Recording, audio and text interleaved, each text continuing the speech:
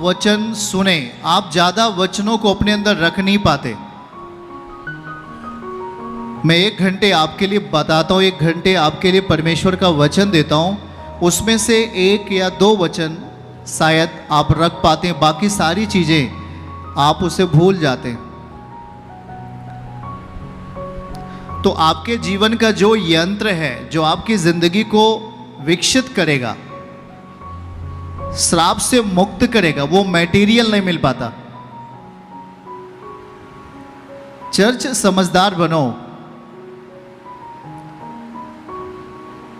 अब आपको प्रोफेशनल, मतलब आपको एक ऐसा मसीही बनना है जो कि केवल दिखावटी नहीं, आप उसको किस तरीके से अपनी ज़िंदगी में फॉलो कर रहे हो। चर्च आप क्या सुनते हो, आप किस तरह उसे अपनी ज़िंदगी में अधिकाई से रख रहे हो, आपको ध्यान देने की ज़रूरत है। कलीसिया में आपको बताता रहा हूँ कि यदि आप गंभीर नहीं हुए, आपको शैतान ले लेगा। यदि आप सचेत नहीं हुए, शैतान आपको बहका देगा। क्यों? क्योंकि शैतान ने भी अपनी कलीसिया बनाई है। जरा ध्यान से सुनिएगा, शैतान का भी चर्च है। यदि आप वचन पर स्थिर नहीं हैं, यदि आप वचन को ध्यानपूर्वक आप नहीं सीखा, उसे अपनी जिंदगी में फॉलो नहीं किया, आप शैतान के चर्च में जाएंगे। भूल जाओ कि आपको कोई अभिषेक से भरा हुआ चर्च मिल पाएगा, आपको वो खींच लेगा। इसीलिए हर मीटिंग में आपको, और यूथ मीटिंग में भी ये बात समझाया जाता है कि आपको सेवकाई का जो इंटरनेट है उसके ऊपर आपको आना होगा। कोई चीज़ आपको अगर बतानी है तो कैसे बताएंगे, कोई चीज़ आपको सूचना देना है कैसे देंगे, कोई चीज़ प्रभु बता रहा है और आपको कहना है कैसे कहेंगे। ज़्यादा तो लोग रहते, पर बहुत कम लोग ऐसे हैं जो कि उससे जुड़ पाते। उनका मोबाइल कोई बेटा लेके चला जाता है, कभी बेटी लेके चली जाती है। आप गंभीर नहीं बन रहे हैं। चर्च आपको गंभीर बनने की जरूरत है। यदि आप गंभीर नहीं बने,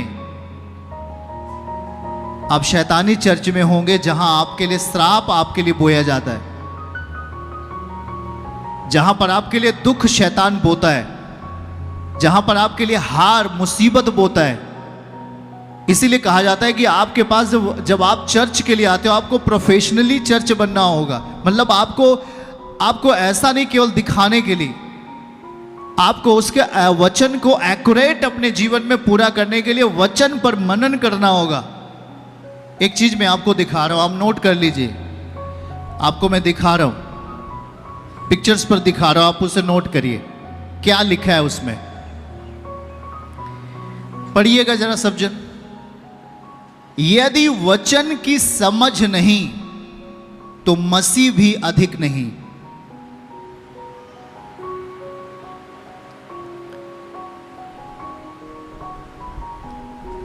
जरा ध्यान से समझिए। यदि वचन की समझ नहीं तो मसीह भी अधिक नहीं आपके जीवन में। शैतान आपको उड़ा देगा। आप केवल इतना कह सकते हो, हाँ जी पहले मैं चर्च जाता था, अब मैं नशे करता हूं और एक बगल हमारे चर्च लगता है वहीं पर जाता हूं, वहां पर कोई मनाही वनाही नहीं है।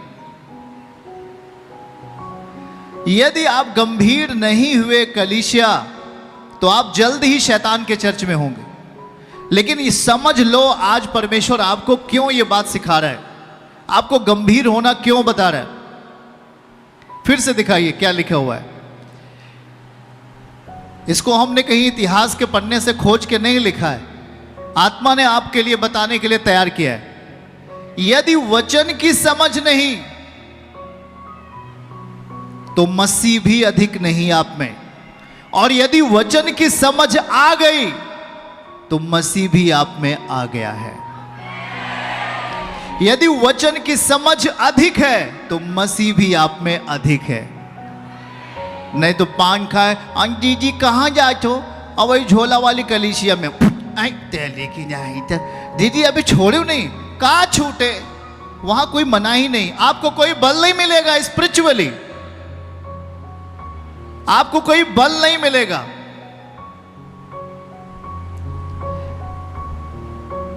क्योंकि आपने उन चीजों के प्रति गंभीर नहीं हुआ।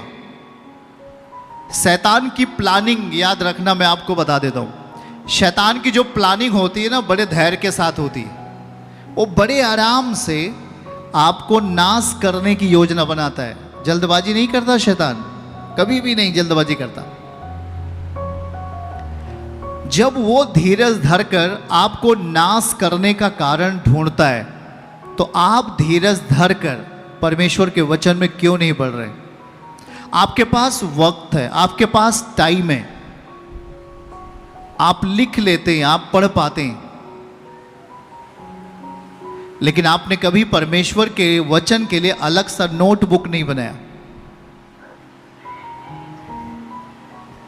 आपको मालूम है कि शैतान जब यीशु मसीह के पास आता है तो गाना नहीं गाता, अरे यीशु कहाँ गए थे क्या, वो कोई सॉन्ग नहीं गाता। जब यीशु मसीह के पास आता है शैतान, तो इसी वचन की लपेट करके बात करता है।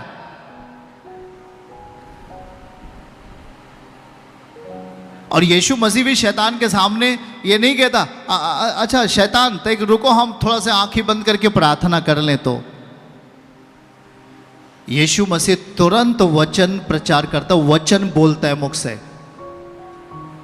और जैसी वचन बोला है, बाइबल गवाह है, वचन गवाह है, शैतान उसी समय यीशु मसीह के पास से चला जाता है।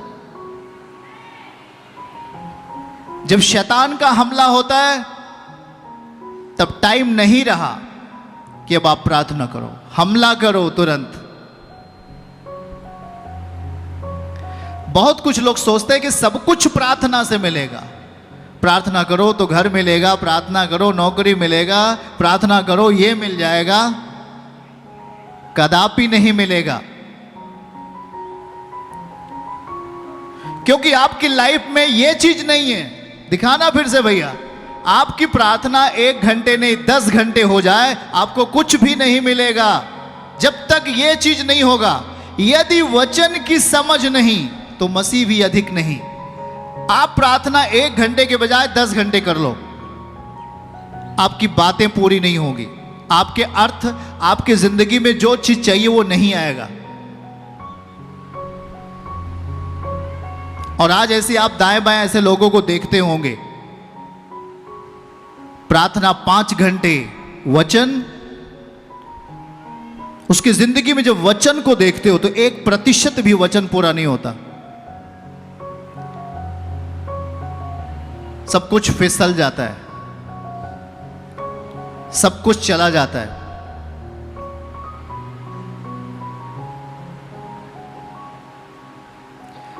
आज मसीह आप में अधिकाई से नहीं है, क्योंकि वचन की समझ आप में अधिकाई से नहीं है। और इसीलिए कहा जाता है कि आप उस पर भरोसा रख के चर्च आना शुरू करें, संगति कम ना करें, चर्च बंद ना करें, क्योंकि जो दर्शन आपको मिल चुका है वो आपको ऊंचा उठाने वाला है। उस दर्शन को पकड़ के रखो, नहीं तो मैं फिर से कहता हूं कि शैतान आपको अपनी कलीसिया का सदस्य बना लेगा। फिर बोलेगा जी 500 लाओ और मैं तेरा काम कर देता हूं, अजी 1000 लाओ मैं तुझे चंगाई दे देता हूं। आप वहीं पर बंध जाएंगे, क्योंकि आप में समझ नहीं है, क्योंकि आप रेगुलरिटी प्रार्थना में नहीं आ रहे, आप वचन को नहीं समझ पा रहे, आप उसको समझने के लिए अपने आप को प्रभु के सामने नहीं लेके आ रहे। आज शैतान आपकी प्रार्थना से नहीं डरता, याद रखना है, वो वचन से डरता है, इतना याद रखना है। किससे डरता है भैया? हाँ, क्योंकि आपकी प्रार्थना में कोई वचन का अनुभव नहीं है, कोई वचन की समझ नहीं है, इसलिए आपकी प्रार्थना सूखी है। जब आपको कहा जा रहा था चर्च समझना है वचन, चर्च के लिए अपने आप को लगातार तैयार रखना है, उत्साहपूर्वक कलीसिया आना है, आपके बंद रास्ते खुलने वाले हैं।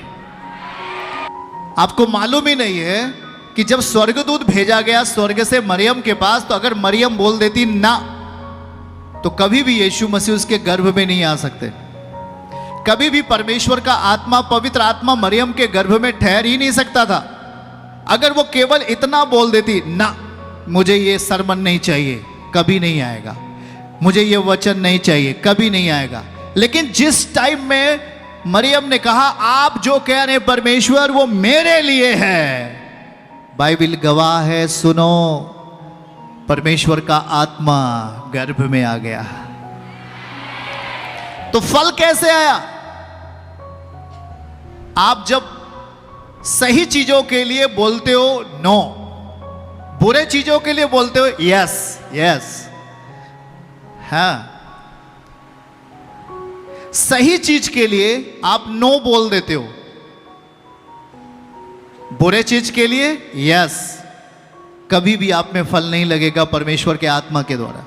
लेकिन जिस दिन से आप परमेश्वर के आत्मा के, खुदावन के वचन को अपनी जिंदगी में यस कहना शुरू करोगे, नो कहने की नौबत नहीं आएगी, जल्दी खत्म हो जाएगा। नो पहले ही आपके पास नहीं आएगा। यीशु के सामर्थी नाम में आमीन बोलेंगे आप। वचन की समझ नहीं तो मसीह भी आप में, हम में नहीं। चर्च की